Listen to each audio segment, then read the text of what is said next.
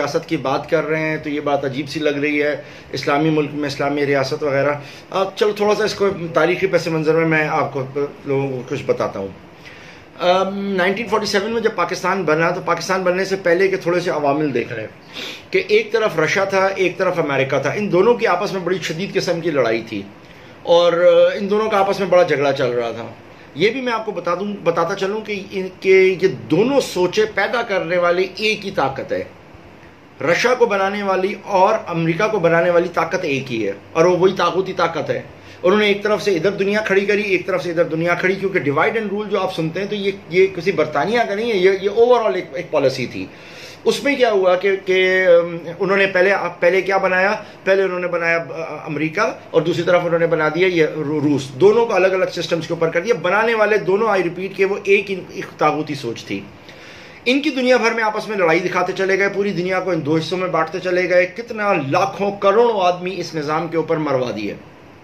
اس کے بعد یہ سلسلہ آپ کا جاری رہا۔ اسی سلسلے کے اندر پھر آپ نے انہی کے آف شوٹس نکلتے چلے گئے، آپ کا ہٹلر آیا، اس کے بعد آپ کے پاس مسولینی آیا۔ ان لوگوں نے کیا کچھ نہیں کیا دنیا کے اندر، ہم سب لوگوں نے اس چیز کو دیکھا، وٹنس ہوا ہے، تاریخ پہ پڑھ لیں گے آپ۔ اس کے بعد اسی دور کے اندر آپ جانتے ہیں خلافت عثمانیہ ختم ہوئی، پھر اسی دور کے اندر سعودی عرب جیسا ایک ملک کا وجود ہوا۔ سعودی عرب کا کیا تھا؟ سعودی عرب کے اندر جو شریف مکہ تھا، اس کا خیال یہ تھا کہ میں لارنس آف عربیہ کے کہنے کے اوپر اگر میں خلافت کے عثمانیہ کے خلاف جاؤں گا تو اس کے بعد مجھے انعام میں بہت بڑی جاگیر ملے گی اور سارا عرب ملک مجھے ملے گا۔ مگر وہ نہیں جانتا تھا کہ اس کے بعد کیا ہوا۔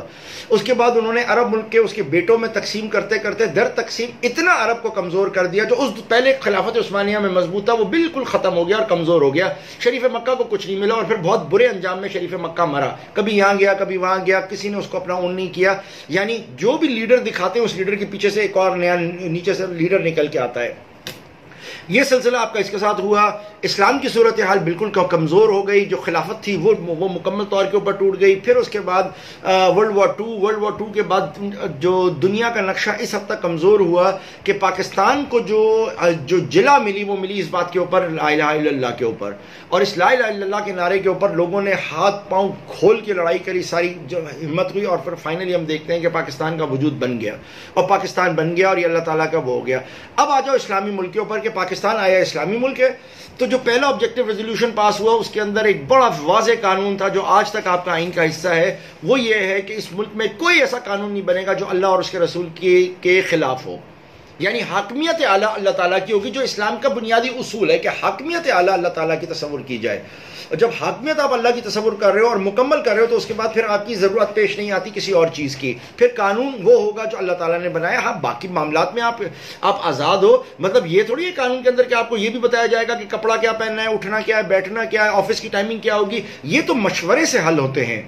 دین کے معاملات، دین کے جو احکامات ہیں وہ آپ نے مکمل طور کے اس کے اوپر عمل کرانے ہیں۔ باقی بہت ساری چیزوں کے لیے آپ کے پاس شورا کا نظام تھا، آپ اپنی شورا بنائیں اور شورا کے اندر لے جا کے طے کریں آفس کے ٹائمنگ کیا ہوں گے، تنخواہیں کیا رکھنی ہے، فلانے آدمی کا کام کیا ہوگا، اس کام کے لیے آپ آزاد تھے۔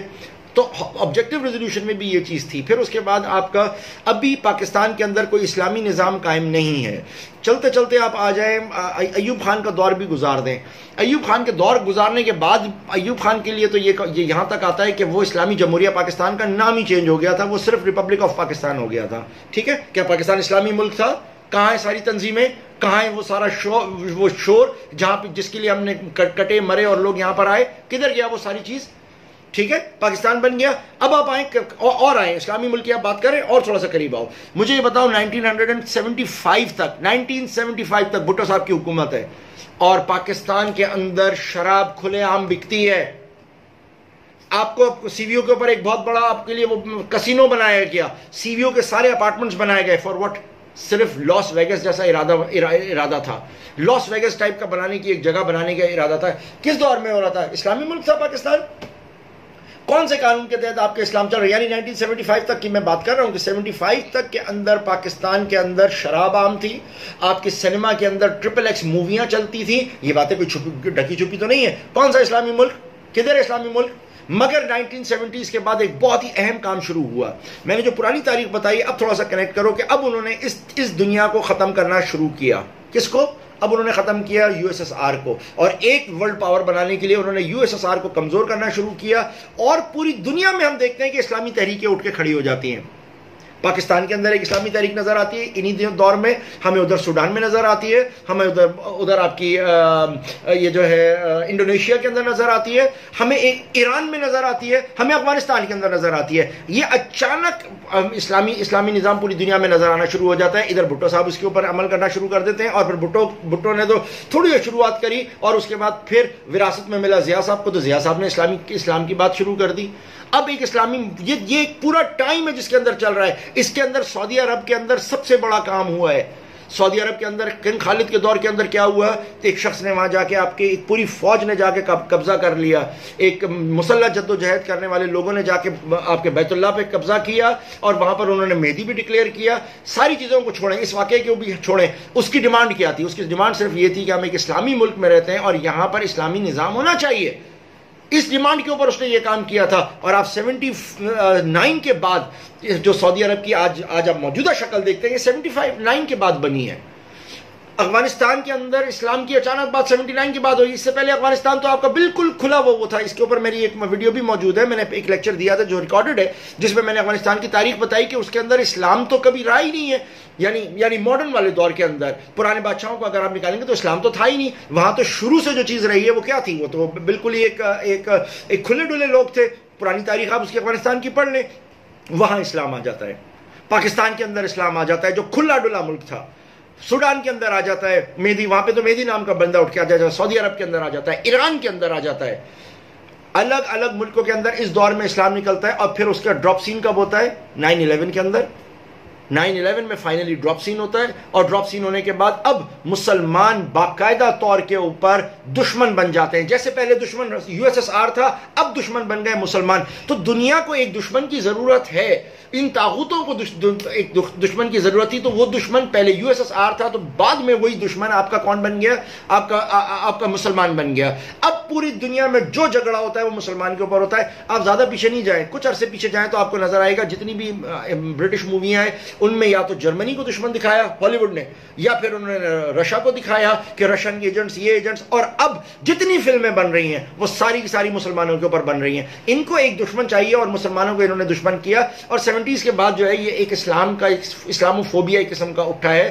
مگر یہ اسلاموفوبیا بھی ایک پرپز اور ایک پلان کے تحت اٹھا ہے، اور مجھے یہ کہتے ہوئے کوئی شرم نہیں آ رہی کہ اس کو اٹھانے کے پیچھے بھی طاغوت کا ہاتھ ہے۔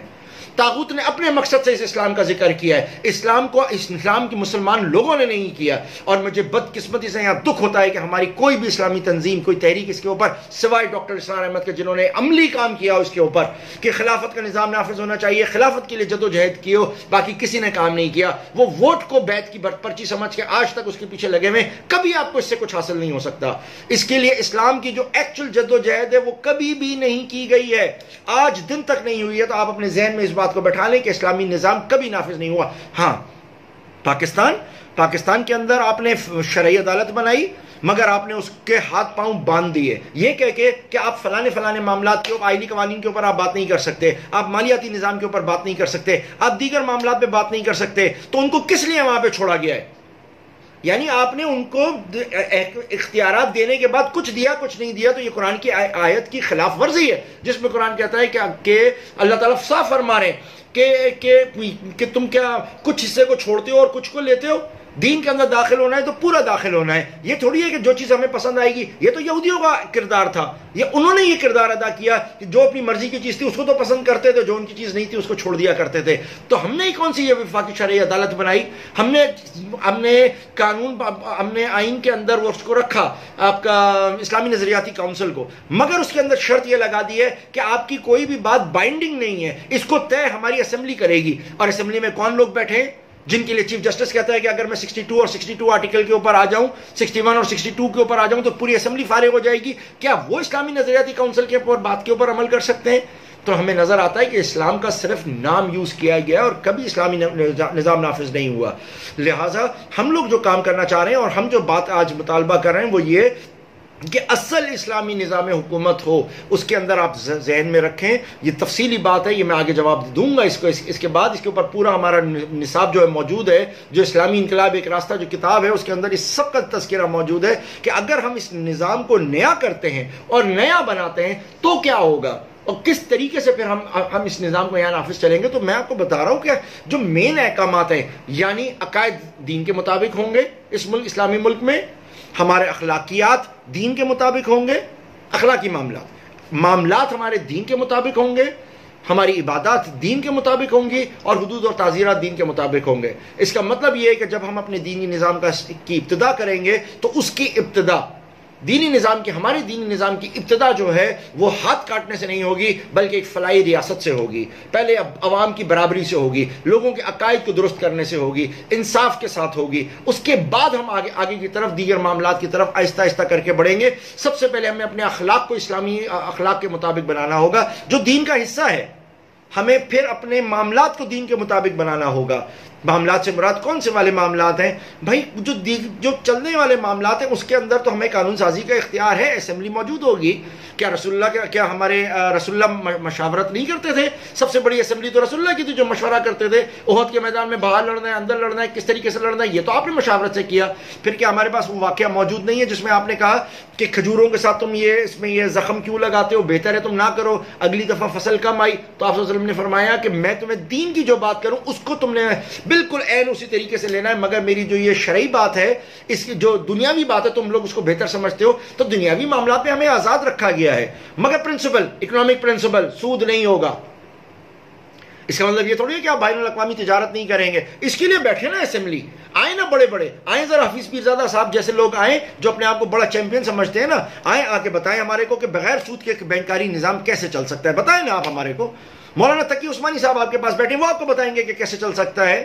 آپ کو دیگر ادارے بتائیں گے کہ اگر ہم بینک میں سے فریکشن ریزرو نکال دیں تو ہم کس طرح سے سسٹم کھڑا کر سکتے ہیں. بالکل ہے، آسٹریلیا میں یہ نظام اسلام سے مطابقت رکھنے والا نظام ہے جو چل رہا ہے، دیگر ممالک میں چل رہا ہے. تو ان ساری چیزوں کو سمجھنے کے لیے ہمیں اس پہ باقاعدہ عمل کرنا پڑے گا. اور میں پھر ایک دفعہ کہہ رہا ہوں کہ اسلامی نظام، اسلام کا نام استعمال کیا گیا ہے مگر کبھی نافذ نہیں کیا گیا، اور ایکچولی نافذ نہیں کیا گیا. اور جنہوں نے بھی نافذ کیا وہ اسلام کے متعلق جانتے ہی نہیں تھے. لہٰذا اس چیز کے اوپر ہمیں سمجھنا ہوگا اور پھر بات کرنی ہے.